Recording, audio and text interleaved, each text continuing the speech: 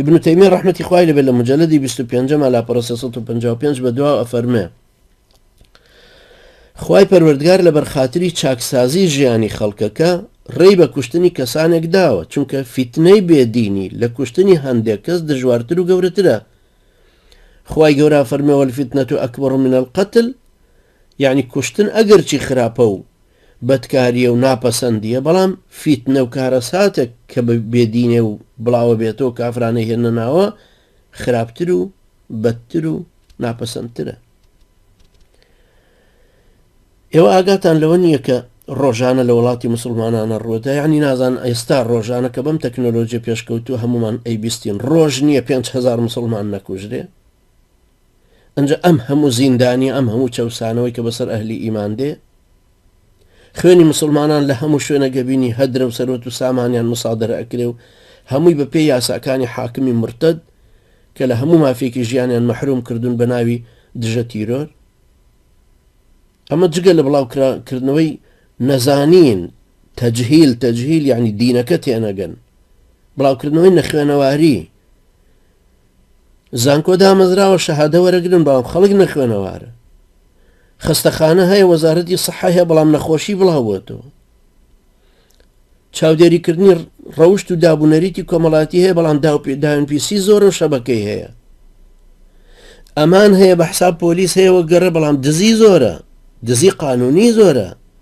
جەردەی و ڕێگری زۆرە، گەندەڵی زۆرە، خراپەکانی تر لە ناو خەڵکا زۆرە. ئێوە ئەو هەموو دژایەتی ئیسلام و گاڵتە پێکردن و هێرشکردن سەر ئیسلام و سیمای مسلمان و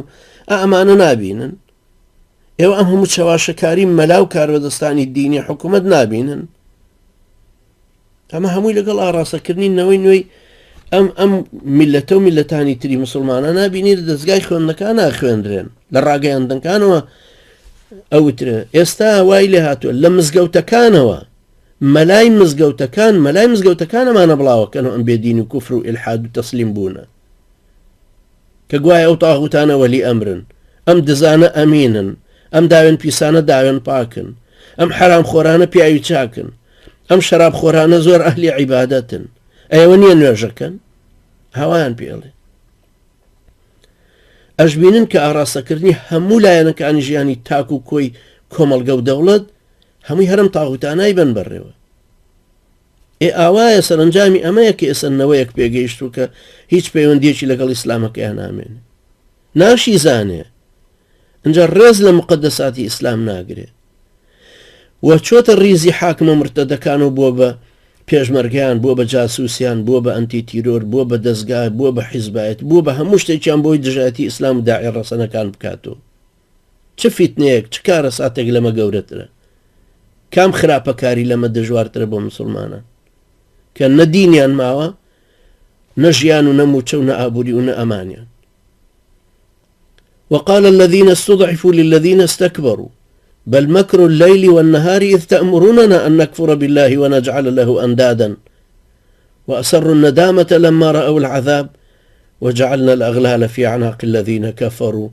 هل يجزون إلا ما كانوا يعملون. تو تماشای ئەم حوارەکە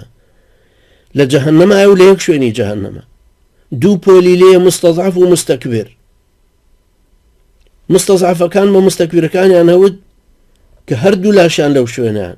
هەموو مۆڵ دراون و لە عەزابان، هەڵێن ئەدی ئەو فاک و فیک و چەواشەکاری شەو و ڕۆژ ئێوە کە ئاراستت کاریمان بوون، ئاراستەتانە کردین، ئەی ئەوە چی بوو؟ فەرمانتان پێ کردین کە کافر بین و شەریک بە خوای گەورە بڕیار بدەین. جا لە خواناسیە بێ، لە خواپەرستیە بێ، یان لە یاسا و ڕێسا و شەریعەتا بێ. ئاوا کە سزای دۆزەخە بینن خوای گەورە فەرمێ پەشیمانە بنەوە، پەنجەی حەسرەتە گەزن. ئەنجا فەرمێ ئێمەش کۆت و زنجیر لە گردنی ئەو کەسانە داناماڵین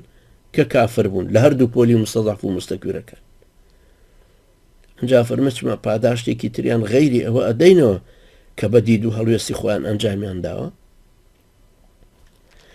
کەوابوو ئەمانەکە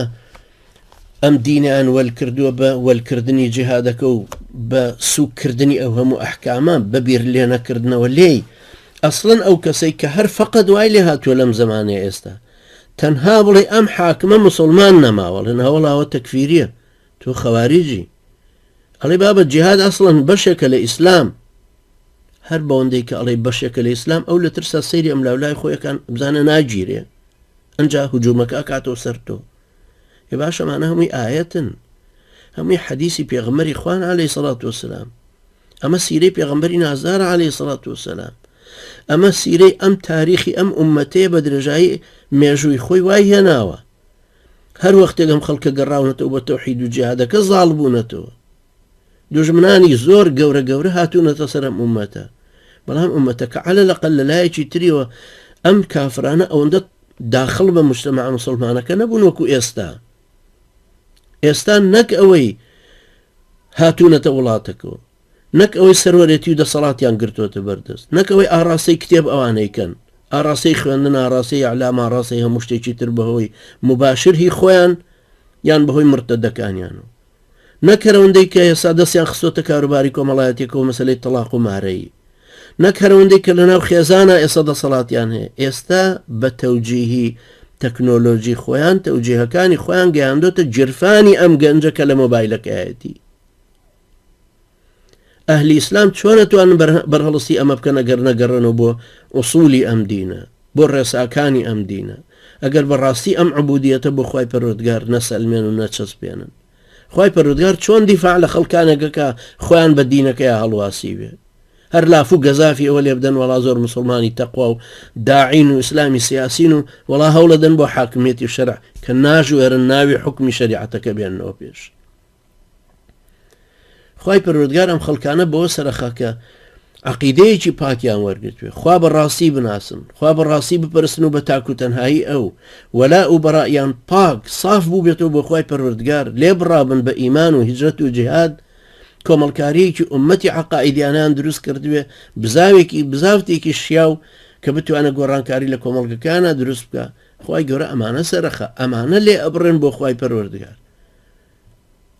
وما النصر إلا من عند الله يا ربي خواهي بلطف ورحمتي خود رحمان بيوكي خواهي سلامة سركة وتمامكي خواهي أمبان قوازي من زياتر تيجيني خواهي الذين كات حالي مانكي